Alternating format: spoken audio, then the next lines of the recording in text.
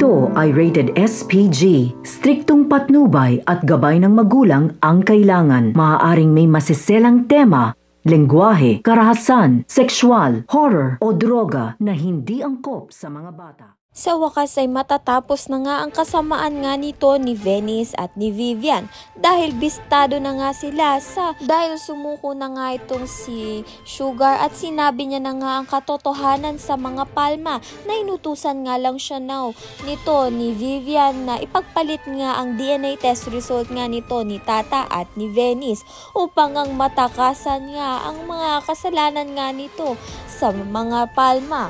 Nagigilty na nga rin siguro itong si Sugar kaya naman nga pumanig na nga siya sa mga palma o baka ayaw na nga ni Sugar na madamay pa sa gulungan nito ni Vivian at ni Venice. Si Ivana nga rin ang nagpatunay na pinagpalit nga lang ang DNA test result nga nito ni Tata at ni Venice dahil nga nag-team up nga sila nito ni Sugar at pinakita na nga ni Ivana kay Sir Govang totoong DNA test na si Tata Magbanwa nga ang nawawala niyang anak.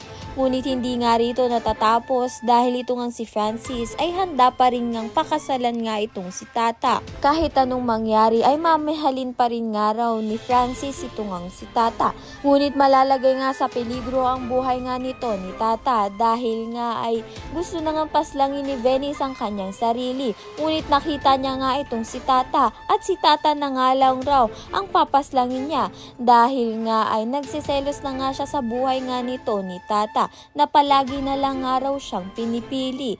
Wala namang kasalanan itong si Tata dahil nga ito nga si Venice ay masama nga ang ugali. Sa kabilang banda naman nga tuloy na tuloy pa rin nga ang kasalang Francis at Venice dahil suportado nga ang mga palma sa kanila.